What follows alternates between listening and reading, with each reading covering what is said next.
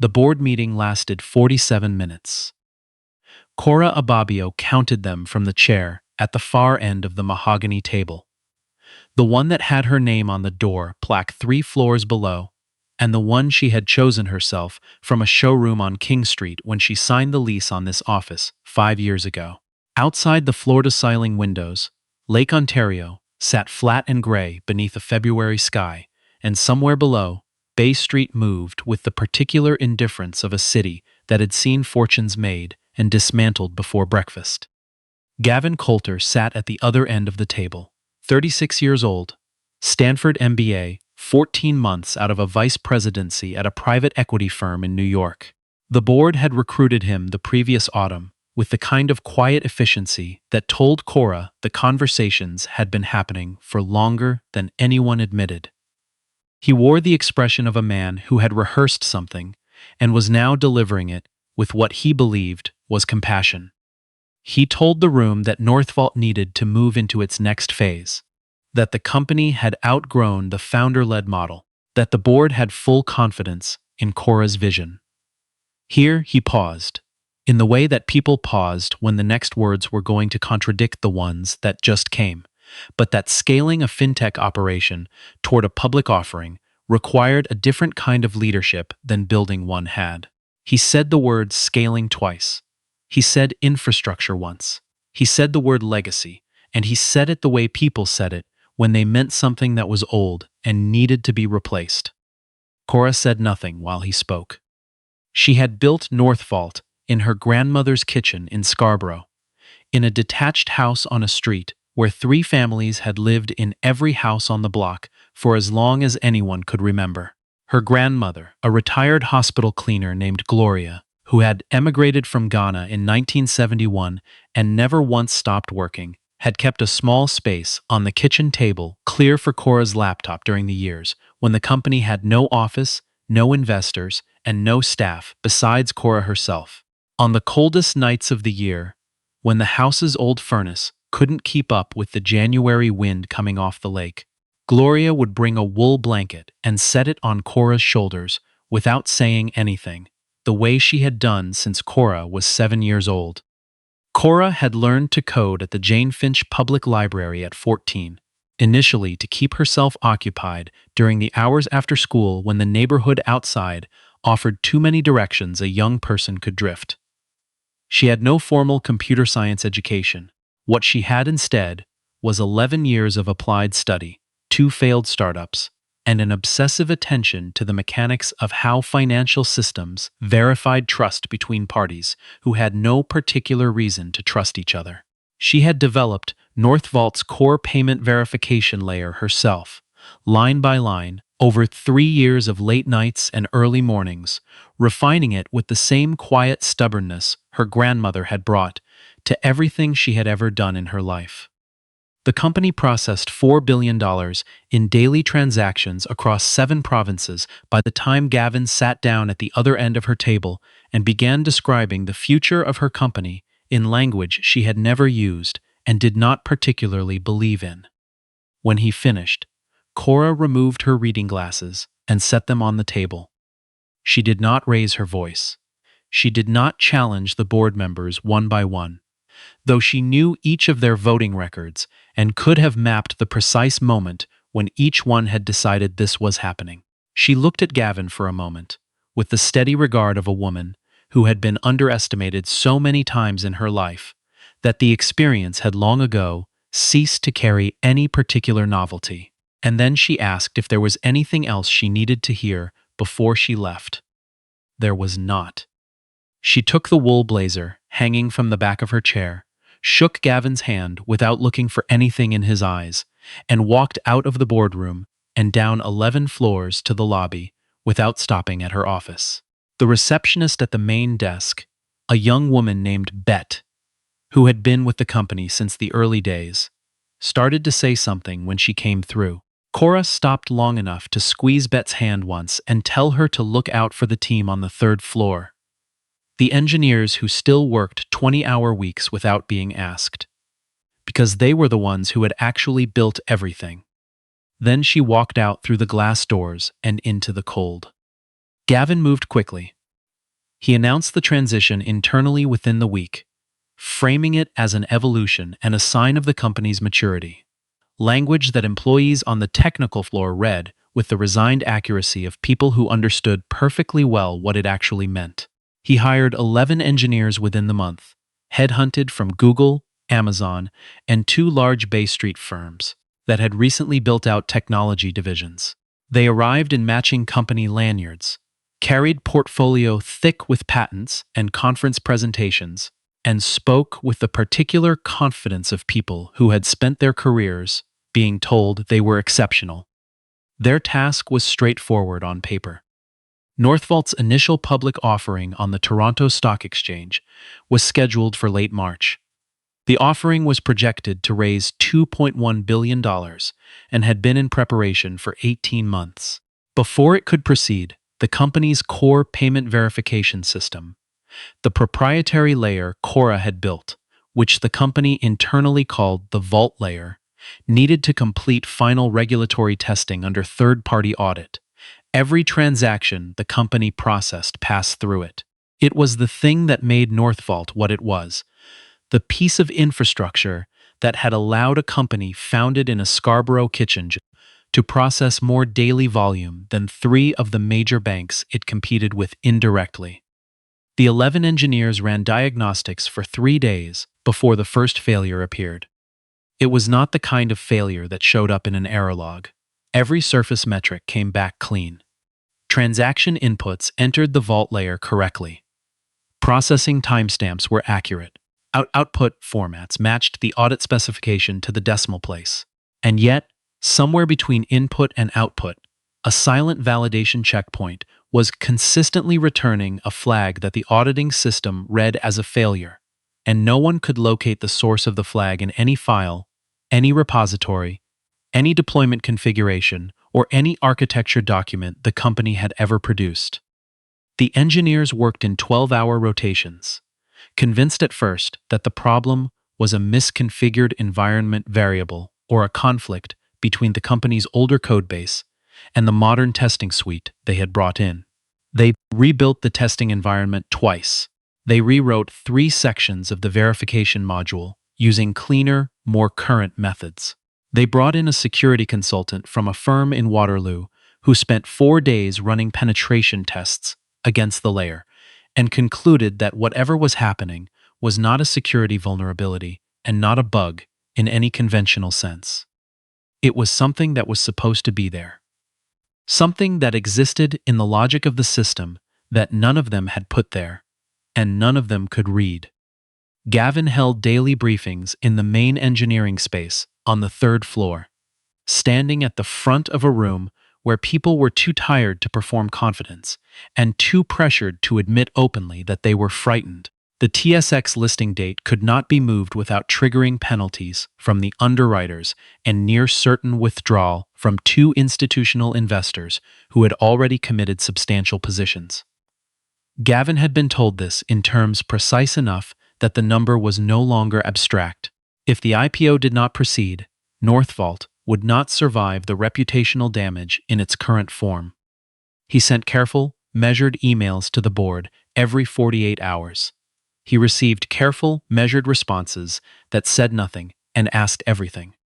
On the 9th day of failed testing, he received a phone call from the lead partner at the underwriting firm, a man who had been in Bay Street financing for 30 years and did not use imprecise language. The partner asked Gavin directly whether the rumors he was hearing from the audit team were accurate, whether the core system of a company about to be listed on the TSX was producing unresolvable failures under standard regulatory testing. Gavin told him the team was making progress. The partner told him he would give him 1 week before he began conversations about postponement. Then he ended the call. Gavin sat in his office for a long time after that, looking out at the lake. He had spent 14 months being absolutely certain about efficiency metrics and headcount ratios and the demonstrable superiority of structured methodology over what he had privately called Cora's intuition-based approach. He had believed this with the unexamined confidence of someone who had been rewarded his entire life for credentials, and had therefore never had particular reason to question what they didn't cover.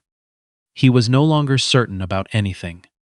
The answer, when it began to emerge, came not from the 11 engineers, but from a woman named Agnes Rutherford, who had been with NorthVault since its third year and who held the modest title of Senior Systems Analyst, in a way that undersold most of what she actually knew about how the company's infrastructure worked. Agnes was 61 years old, had never worked at Google or Amazon, and had spent 2 decades in financial systems before Cora hired her, based on a conversation at an industry event, where Agnes had spent 20 minutes explaining a flaw in a major bank's verification architecture that the bank's own team had missed entirely. Cora had offered her a role before the conversation ended. Agnes had been the only person on the engineering floor who had not treated the 11 arrivals with either deference or hostility. She had simply continued doing her work with the steady patience of someone for whom the ambient politics of a workplace had long since become background noise. After the 9th day of failures, Agnes took home a box of notebooks. Cora had kept handwritten notes throughout the development of the vault layer. Not documentation in any formal sense, but the kind of thinking on paper that a person did when they were solving a problem in real time and needed somewhere to put the intermediate steps. The notebooks had been in the company's records room for years, filed without any particular system, largely ignored by everyone who had passed through the office since. Agnes spread them across her kitchen table and spent an evening working through them in sequence. What she found stopped her cold. Buried in the middle of a notebook, dated 3 years earlier, between a page of network architecture sketches and a grocery list written sideways in the margin, was a single page of Cora's handwriting that described something Agnes had never seen documented anywhere in the company's official records. The vault layer Cora had written included a proprietary cryptographic salt embedded directly at the final verification checkpoint, not generated by the system, not stored in any configuration file or key management database, derived manually by Cora herself from a sequence she had chosen for personal reasons and memorized rather than recorded, because she had believed at the time, correctly as it turned out, that a key no one else knew could not be stolen. The 11 engineers had been testing a system that was working perfectly in every way except the one that mattered. It did not have the right key. Every successful-looking test run had been failing a silent final check that only produced a readable error under the audit protocol's specific conditions. They had been solving the wrong problem for 9 days because they had not known the right problem existed. Agnes brought her findings to Gavin's office at 7:30 the following morning, setting the notebook open on his desk. She did not need to explain it more than once. She watched his face move through something that looked, in sequence, like disbelief, calculation, and then a long, slow collapse of something that had been propped up from the inside. He asked her where Cora was. Agnes told him what she knew, which was only what Beda at the front desk had mentioned once in passing, that Cora had been spending time back in Scarborough, volunteering somewhere, though she couldn't say exactly where. It took Gavin 2 days to find her. He drove there himself. No assistant, no prepared remarks, no one from communications or legal. He drove east on the 401 in a car that was considerably more expensive than anything on the street where Cora's grandmother had lived, and he parked it half on the curb outside a community center on a side street near the old library, and he sat in it for several minutes before he got out. The center was running an after-school coding program. He could see it through the window. A row of older computers on folding tables, children in various states of focus and distraction, and at the far end of the room, moving between the tables with a coffee in one hand, stopping to crouch beside a 12-year-old screen and point at something on the monitor, was Cora Ababio. She was wearing a gray hoodie and the same kind of worn running shoes she had worn to the office on days when she told her assistant. She had a site visit and then spent the afternoon on the engineering floor instead of in meetings. She was not performing anything. She was just there, in the way that people were when a place was genuinely where they wanted to be. She did not look surprised when he walked in. The children looked up with the frank curiosity of kids encountering someone who was clearly out of place. Cora looked at Gavin the way she had looked at him across the boardroom table, with the steady patience of a woman who had already decided how much she was willing to give to a conversation before it began. He asked if they could speak outside. They stood on the front step of the center in coats that were not remotely equivalent to each other, and he told her what had happened. He was direct about it. He told her about the 9 days of failures, about Agnes's discovery, about what the notebook had revealed. He told her that the IPO was 10 days away and that the company would not survive what came next if the verification system could not pass audit. Cora listened without interrupting. Then she told him no. He had expected many things. He had not, despite everything, expected a flat no delivered without heat or performance, just a simple statement of a simple decision. He asked her why, and the way he asked it, carefully, not as a negotiation, was different enough from anything he had done in the previous 14 months that something about it reached her. She told him a story he had not known. In the company's first year, before she had a single investor, she had taken a pitch meeting on Bay Street with a firm that ran a mid-size venture fund. She had prepared for 6 weeks. She had memorized every number, anticipated every question, and walked into that office with a prototype that could already process 1,000 transactions per minute on hardware she had assembled herself. The meeting lasted 12 minutes. The partner who saw her told her the concept was interesting, but that they would need to see it developed further by a more experienced technical team. He said it, the way people said things when the real objection was something they had decided, the moment she walked in the door, and which they were not going to put in writing. She went back to her grandmother's kitchen that night, and Gloria had made jollof rice, which she did whenever something needed to be absorbed rather than spoken about. Cora had eaten, and then she had gone back to her laptop, and she had stayed there until 3 in the morning. Not because she wasn't defeated, but because she had decided years earlier that the space between being defeated and stopping was where almost everything that mattered actually got built. She told Gavin all of this without bitterness.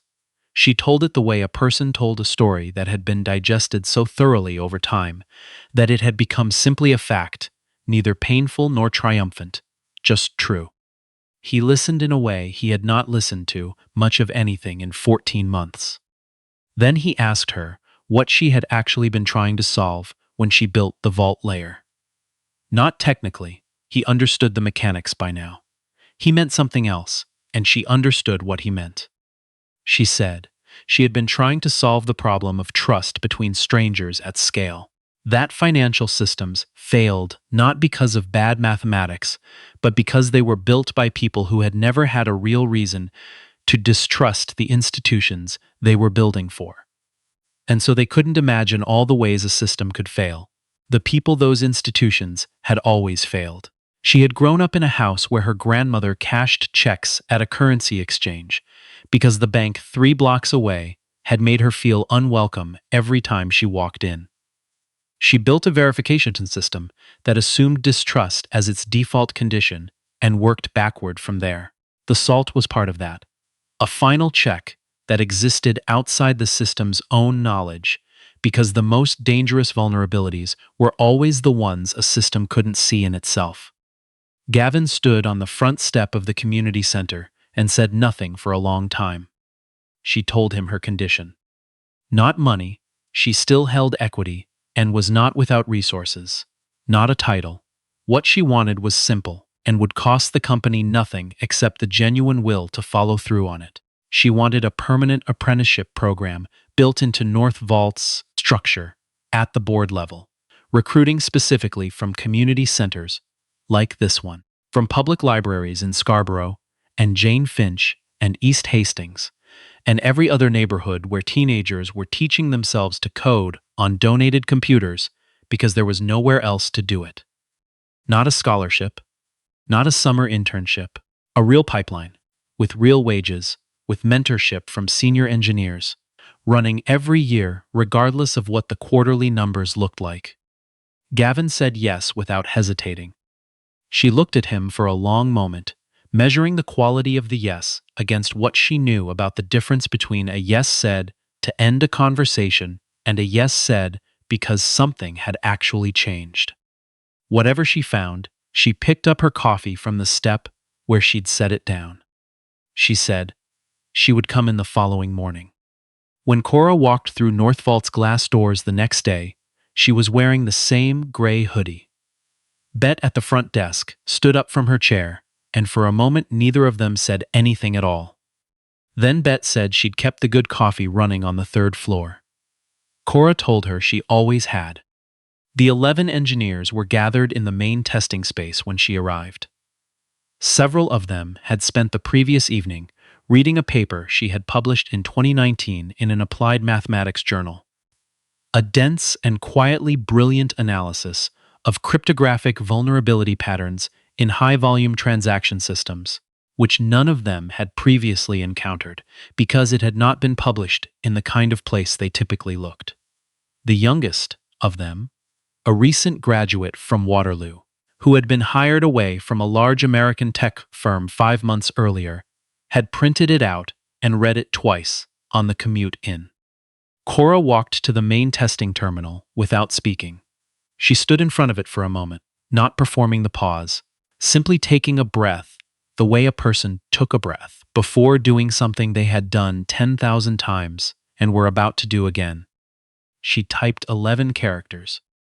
The vault layer ran its verification sequence. Internally, in a process invisible to every surface metric and audit log, the final checkpoint received a key it recognized for the first time in 9 days. The system cleared. The testing console showed a green status indicator, and then a second one, and then a third, as the audit protocol ran its full battery of checks in sequence. Every flag that had been raised, every silent failure that no one had been able to locate or name, resolved itself in a cascade that took less than 40 seconds. Nobody in that room made a sound. Then the Waterloo engineer let out a breath through his nose that sounded like the beginning of a laugh he thought better of. And several other people exhaled at the same time, and Agnes Rutherford, standing at the back of the room with her arms folded, allowed herself a small, private satisfaction that she did not share with anyone in particular.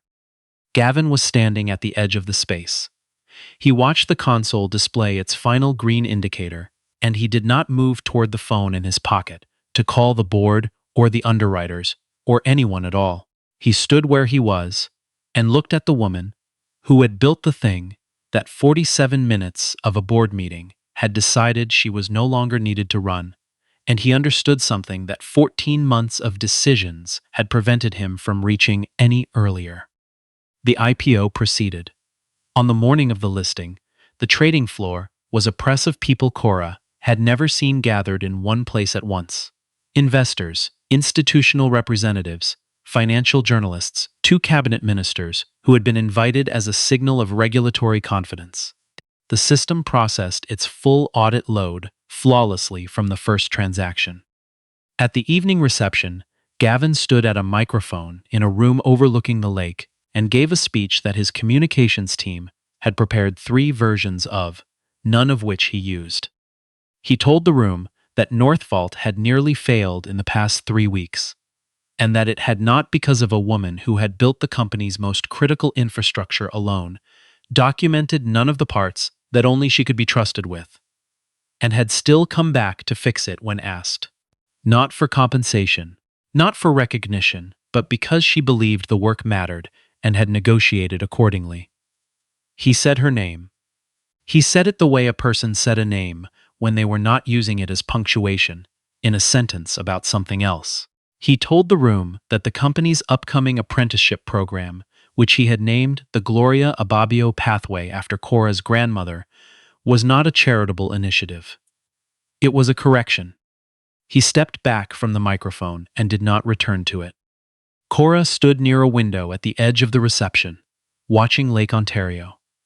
She had dressed for the occasion in a way that showed she had thought about it, but she had not brought anyone to stand beside her, and she had not prepared anything to say. When people found her in the crowd, she answered their questions with the same quiet directness she had always used, which some people in that room were experiencing for the first time. Late in the evening, after the room had mostly thinned, Gavin found her still at the window. He asked what she thought she would do next. She said she wasn't sure yet, that she had been spending her mornings at the community center, and that there was a 15-year-old girl there who was building something on a donated laptop that Cora thought might be worth watching, that she wanted to see how it turned out before she decided where her attention needed to be. He asked whether she had ever regretted building the salt the way she had. Outside the system, undocumented, trusted only to her own memory. She considered it.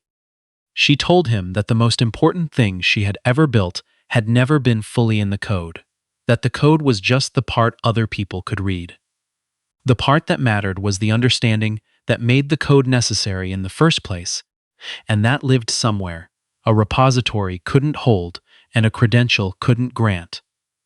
Somewhere between a grandmother's kitchen table in Scarborough and a public library and 11 years of sitting with a problem long enough to hear what it was actually asking. Gavin carried that with him into the years that followed, pulling it out at moments when he was tempted to trust a report over the judgment of the person who had lived inside a problem long enough to know its shape by feel. He did not always succeed, but he tried with a seriousness he had not possessed before, which was the most honest version of change available to anyone. The Cora Ababio pathway enrolled its first 12 apprentices the following September. Cora was there for the first morning, setting up laptops alongside the young engineers who had agreed to mentor, making sure the coffee was running the way Bet had always kept it on the third floor, because some things were worth maintaining with care regardless of whether anyone was watching. She wore the gray hoodie. The lake was visible from the east-facing window of the new program space, flat and bright in the early autumn light, and one of the 12 apprentices, a 17-year-old from Scarborough, who had taught herself to code at the Jane Finch Library the year before, looked out at it for a moment, and then turned back to her screen and got to work. Cora watched her for a moment, and then got back to work too, because that was, and had always been, the only way any of it ever moved forward.